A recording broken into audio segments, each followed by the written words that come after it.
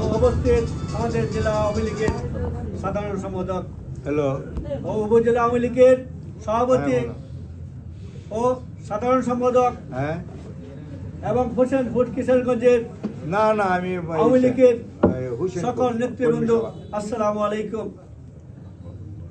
আমরা জেলা আওয়ামী লীগের সভাপতি সাধারণ সম্পাদকের বক্তব্য শুনেছি। আমরা বুঝি দলের জন্য অনেক কষ্ট করেছি, 1 পাশ লাগাত ওই নৌকা জ্বালানির জন্য বইটা বানিয়েছি। বারবার করে হোসেনপুরের প্রতিনিধি, যিনি লিপি আপার প্রতিনিধি আসে, ওনাকে বারবার বলেছি যে হোসেনপুর এবং কিশোরগঞ্জের যে পরিস্থিতি, লিপি আপাকে নিয়ে যে তোমরা দৌড়াদৌড়ি করতেছ, ওনাকে মনেও দিবে মনে হয়, কিন্তু যদি দেওয়ার আগে নেতাকর্মীর সাথে দেখা সাক্ষাৎ করুক।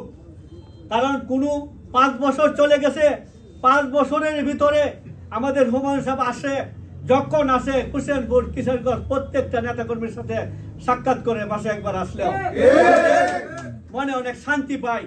আর আমরা ইচ্ছাকৃতভাবে উগছেও লিপি আপার প্রতিনিধিকে বারবার করে আমি সালাম বলি যে বলো তোমাদের প্রতিনিধি এই এমপি সাহেবকে যে যেভাবে হয়েছে ভোট লাগছে না, এটার জন্য না পাবে। সামনে স্বচ্ছ অবাধ নির্বাচন সরকার দিবে, নাহলে সরকার সারা মিডিয়া জব দিতে পারবে না।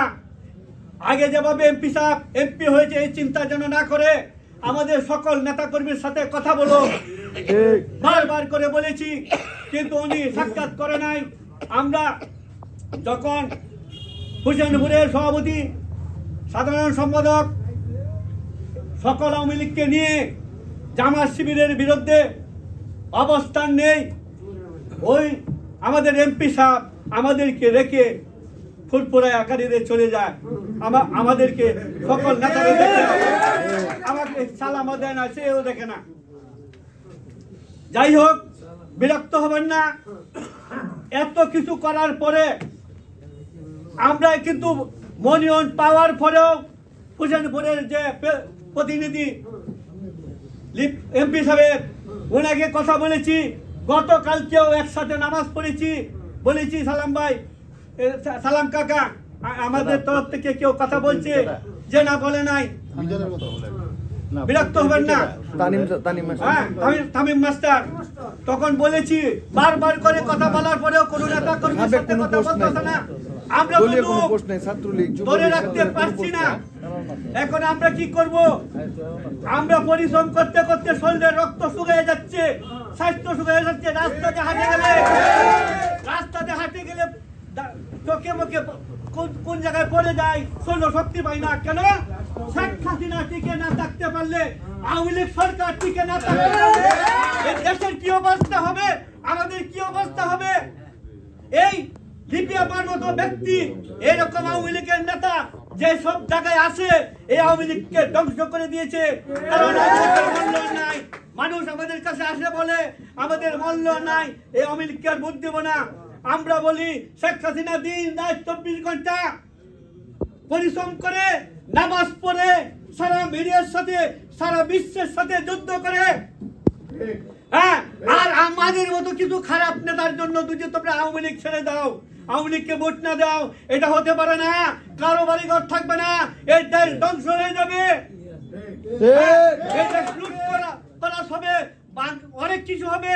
অতীতেও এই দেশ বিরোধী যারা ছিল, এরা দেশে আগুন লাগিয়েছিল, গাড়ি পুড়িয়েছিল, অফিসার পুড়িয়েছিল, সরকারি সম্পদ নষ্ট করেছিল, পুড়িয়ে জ্বালিয়ে ধ্বংস করে দিচ্ছিল। এখনো এই অবস্থা করেছে যাতে আওয়ামী লীগ থেকে না থাকতে পারে। এখনো বলো, গতকালকেও বলেছি, এখনো বলো। আর যে জরুরি অবস্থায় হোসেনপুর কিশোরগঞ্জের নেতার সাথে কথা বলার জন্য, কিন্তু তারপরেও বলাইতে পারি না।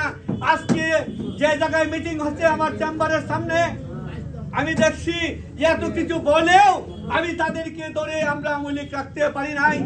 বরং সভাপতি সরকারের বিরোধে সকল লোক খাবা যে এদেরকে আনতে পারে না, আবার এমপি সাহেবের জন্য কেন অপেক্ষা করতেছে? এরার বিরুদ্ধে সকল আওয়ামী লীগ চলে গেছে সভাপতি সাধারণ সম্পাদকের বিরুদ্ধে।